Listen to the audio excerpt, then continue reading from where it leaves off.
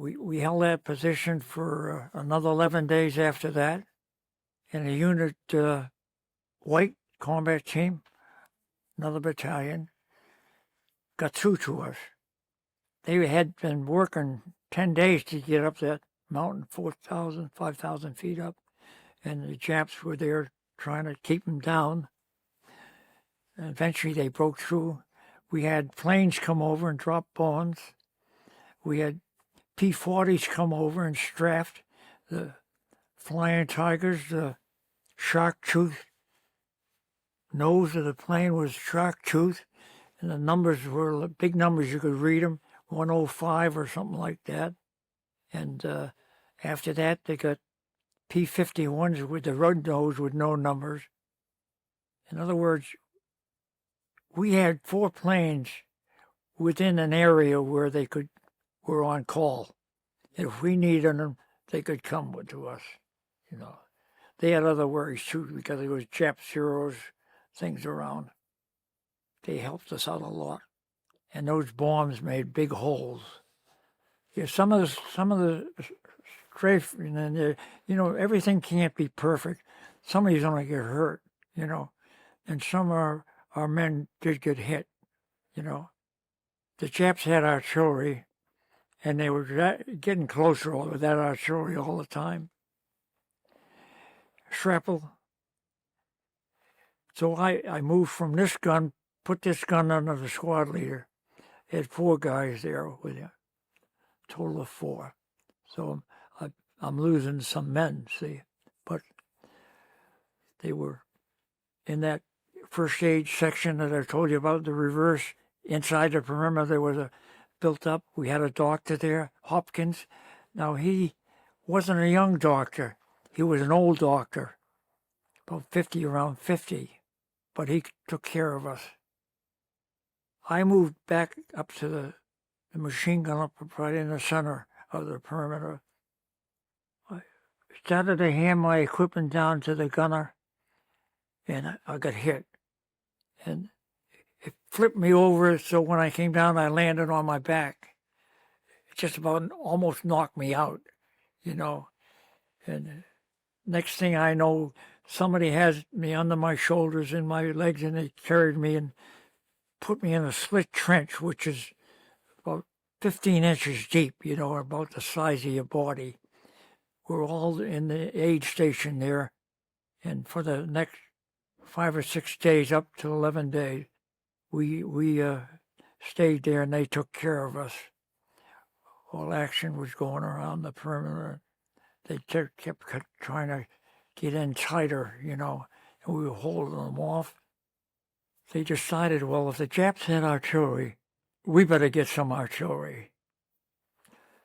Where they got them, I don't know. They dropped 2 75 howitzers in the valley, which they had taken a rice paddy and made an airfield, which later was where the wounded were evacuated. Made an airfield down in there. They dropped the artillery down in that valley. Somebody knew how to put it together, and they put it together. Yeah, put it together. Got the ammunition was dropped and all of that. So we're getting it from both ends.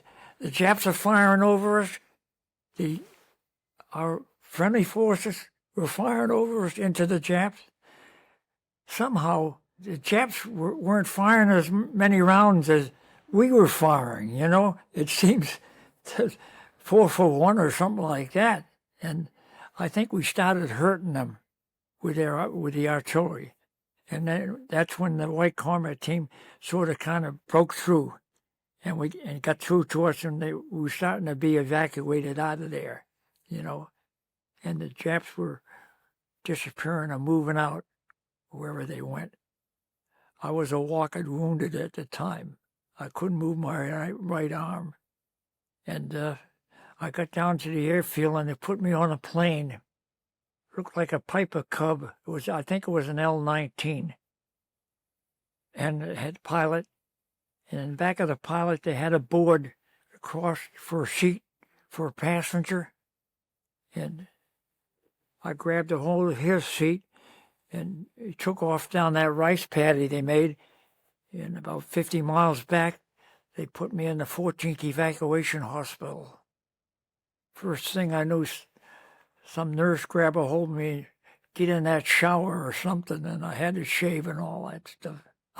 I couldn't shave very good. I was there about 4 or 5 weeks, learning to climb up the wall with my right arm. It kept getting higher and higher and felt better, you know.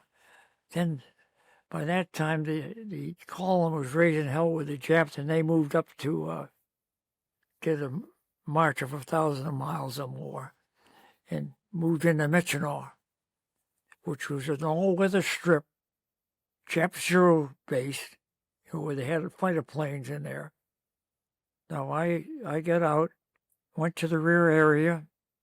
The American forces, our MERRILL'S and Marauders, had not only captured the airfield. They didn't capture the town. The town was getting reinforcements by train up to that town somehow, until it was blown, the bridge was blown up and the track was blown up. We didn't have reinforcements for our unit.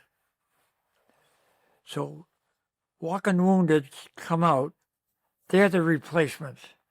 So 35 of us that had come out of the hospital were flown into Michigan to help with the security of that airfield.